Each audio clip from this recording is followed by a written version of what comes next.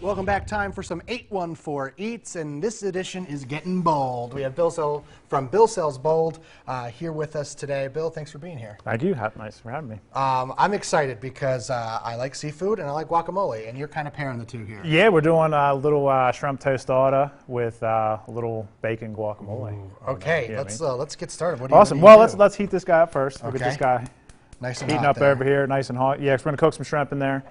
We'll do something there. We're just gonna let that butter go. While that's going together right there, we'll go ahead and we'll start our guacamole over here. So we'll put this bowl over here.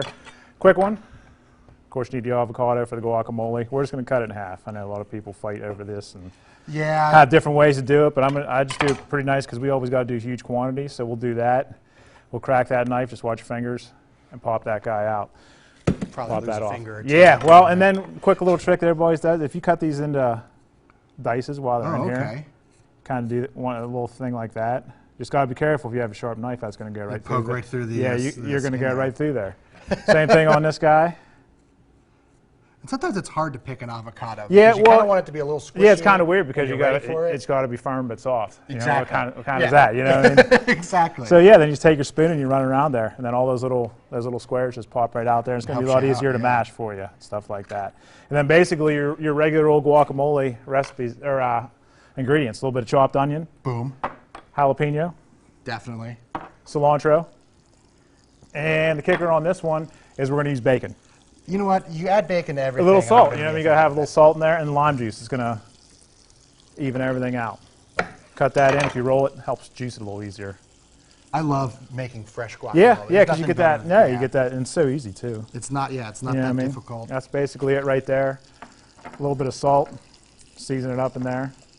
And that's it. Then we'll mash it up. We got our butter going right there. We're going to take our shrimp, 16-20 shrimp. That just means they're 16 to 20 per pound.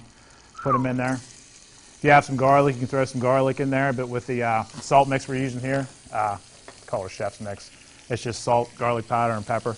You already got a little bit in there. People get so nervous about cooking seafood all the time. No. But shrimp are just so easy. Yeah, and you know what? And if you remember the secret little trick on there, like when you're cooking shrimp in there, like if it looks like a C, I mean it's cooked. If it looks like an O and tight, it's overcooked.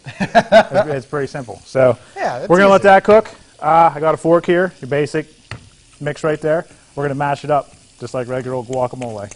Yeah, you don't need anything fancy. No. Fork in a bowl just does the trick. Yeah, and if you need, if you want a little creamer, a little sour cream, a little tomato you can put in there. Worcestershire sauce can go in there. If it's summertime, grilled fresh corn can go in there. Put tomatoes in their guacamole. Where do you stand on that? Well, and this is just going to be perfect. But I don't really care for texture of tomatoes, so as you see, mine don't have any tomatoes in there. I don't want to put tomatoes in. Hey, you know what I mean? If you want to do it, you can do it. People argue about that. You know what I mean?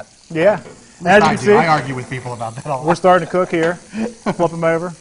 Oh yeah. That's it. And just like everything else, you should only flip your food once, because if you keep getting under there and checking, it's not going to cook. No, it's going to sit there. So that's basically what we're doing. And then if you want to get in there, you can go ahead and make some of these. All right, let's do it. Right here. Basically, all we're going to do is you're going to take your guacamole that we made over here, all mixed up. You can see that there. We're just going to put a little bit on there. The tostada part, I know tostadas are big, but all it is a fried tortilla, and that's basically what we're doing here. Shrimp, right on the tostada, just like that. Hit it with a little bit of cilantro oil. All it is oil, cilantro, garlic, a little salt and pepper in there. Hit it out, and then hit it with a nice little flavor boost. Basically, that's what you got right there. Boom! There you go. Look at that beautiful finished product right there. There you go. Oh my goodness, that's fantastic. Have at it, buddy. I pulled the tails off those, so those are good to go. You don't have to worry about eating a tail on that. I'm going to eat one of these. While I'm eating, and everyone is going to try not to look at me while I do this, why don't you tell the folks where you're located, and you're also helping out the Humane Society. Yes, we're at 1413 11th Avenue, downtown Altoona, and we kind of started probably about 3 years ago, Thanksgiving. I'm kind of one of those guys, like my dogs are like just a huge part of our life and our whole family. So we started going to the Humane Society, and we feed the dogs, because I make homemade food for my dogs. They've never had kibble or anything like that, so I cook for them. So I call down, they say they have 40 dogs.